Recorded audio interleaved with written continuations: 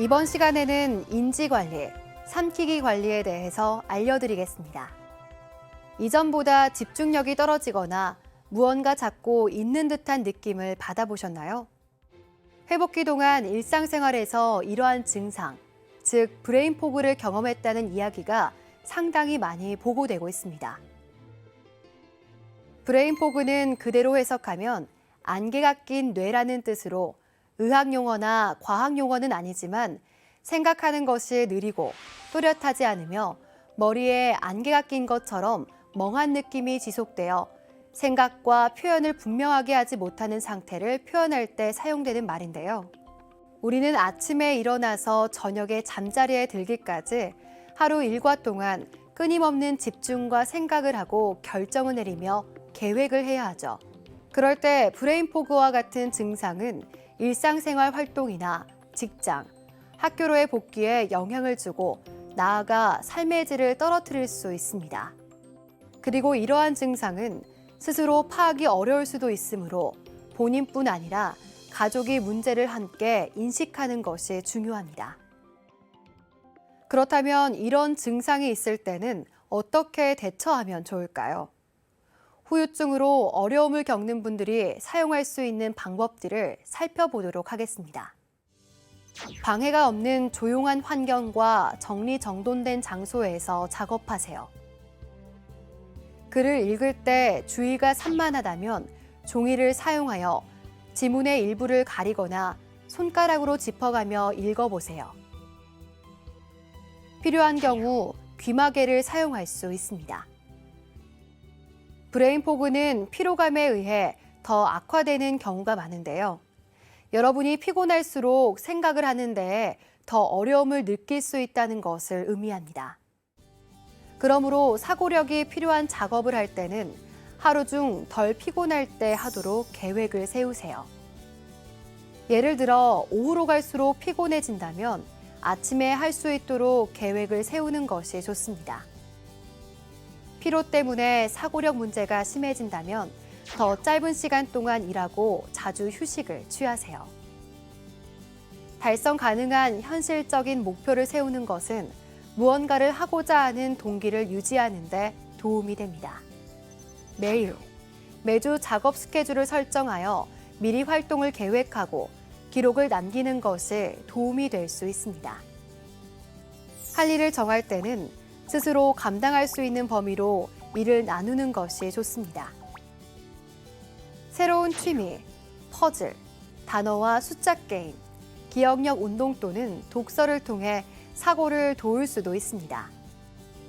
도전적이지만 성취할 수 있는 난이도로 시작하고 점차 난이도를 올리면 동기부여에도 도움이 될 겁니다. 사고력 저하로 인해 일상생활에 어려움이 있을 때 노트나 다이어리, 달력, 휴대폰 알림 등을 사용하면 도움이 될 수 있습니다. 요리하기, 텃밭 가꾸기, 쇼핑하기 등 일상적인 활동들에 적극적으로 참여하면 무뎌진 사고력을 자극할 수 있습니다. 일상생활을 하는 중 어려움이 생길 경우 스스로 계획을 수정하고 문제를 해결하는 행위 자체가 사고력 관리에 도움이 됩니다. 건강을 회복하기 위해선 안전한 식사는 필수입니다. 하지만 삼킴을 도와주는 근육이 약해졌을 경우 안전하게 먹고 마시는 것에 어려움을 느낄 수 있습니다. 삼킴은 아주 짧은 순간에 일어나지만 그 순간엔 상당히 복잡하고 중요한 단계를 거쳐야 합니다. 우리 몸에는 공기가 다니는 길과 음식이 지나가는 길이 있는데요. 공기가 다니는 길은 기도를 지나 폐로 연결되고 음식이 지나가는 길은 식도를 지나 위로 연결됩니다. 삼킴이 일어날 때 우리 몸은 음식이 기도로 들어가지 않도록 기도 입구를 막고 음식물을 식도로 보내게 됩니다. 만약 음식물이 식도가 아닌 기도로 들어가는 것을 흡인이라 하며 이런 경우 폐렴을 일으키게 합니다. 이런 잘못된 삼킴이 일어날 경우 식사 시 기침이나 사례가 들릴 수 있으며 삼킴 후에도 목에 음식물이 남아 이질감을 느낄 수 있고 식사 후 목소리가 젖은 목소리나 쉰 소리가 나올 수 있습니다. 삼킬 때 이런 어려움들로 인해 물이나 음식 섭취의 양이 감소되면 영양 불량이나 탈수를 일으킬 수 있고 먹는 즐거움의 상실로 삶의 질이 저하될 수도 있습니다. 식사 시 기침, 사례 등 주의 증상이 있으신 분들에게 안전한 삼킴을 할 수 있도록 도움이 될 수 있는 방법들을 함께 알아보도록 하겠습니다. 조용한 곳에서 식사하며 먹거나 마실 때 집중하세요. 음식을 먹거나 마실 때 말을 하면 기도가 열리고 음식이나 음료가 잘못된 방향으로 내려갈 수 있습니다. 먹거나 마실 때는 항상 똑바로 앉은 자세를 유지하며 누운 자세로 먹거나 마시지 않습니다. 그리고 식사 후 최소 30분 동안 바른 자세를 유지하세요. 턱을 가슴 방향으로 당기고 삼켜보거나 음식을 삼킬 때 힘껏 삼키세요. 그리고 한 입 더 마시거나 먹기 전 입안에 남은 음식이 없는지 확인하고 필요하다면 다시 삼키세요. 다른 음식에 비해 어떤 음식들이 삼키기 더 쉬운지 알아보기 위해 다양한 농도와 점도의 음식을 먹어보세요. 처음에는 부드럽고 덩어리 없으며 촉촉한 음식을 선택하거나 단단한 음식을 아주 작은 조각으로 잘라 섭취하는 것이 도움이 될 수 있습니다. 한 번에 많은 양의 식사를 하는 것이 힘들면 적은 양을 여러 번에 걸쳐 드시고 기침이 나거나 먹고 마실 때 호흡이 곤란해지면 식사를 멈추고 휴식을 취하여 회복하시는 게 좋습니다. 후각은 미각과 밀접한 관련이 있는데요. 음식의 냄새를 맡을 수 없다면 음식의 맛을 보는데 어려움을 겪을 가능성이 큽니다.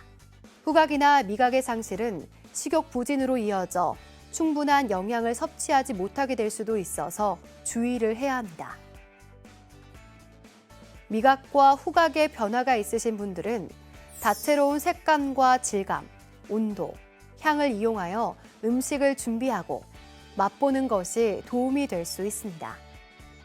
구강청결은 구강과 호흡기를 통한 감염이나 폐렴을 예방하는 데 매우 중요하며 미각과 후각이 떨어진 경우에도 도움을 줍니다. 일상생활은 진압력, 집중력, 기억력, 실행력 등 각 인지 요소들이 조화롭게 역할을 해야 하는 고차원적인 영역이며 피로감에 영향을 많이 받습니다. 피곤할 때는 집중력과 기억력이 떨어지고 새로운 정보를 받아들이기 어려워지며 이는 불안감으로 이어질 수 있습니다. 적절한 휴식은 불안감을 조절하고 정확한 사고를 하는 데 도움을 줄 수 있으므로 항상 몸의 반응을 살피고 무리하지 않도록 하는 것이 좋습니다. 또한 안전한 삼킴은 건강한 일상으로 회복하는 데 필수적 요소이며 잘못된 삼킴으로 발생할 수 있는 폐렴은 우리나라 3대 사망 원인 중 하나일 만큼 치명적입니다. 식사 시 이상 증상이 지속되고 음식 섭취량이 줄어 체중 감소가 심각한 상태라면 전문가를 만나 상담하시는 게 좋습니다.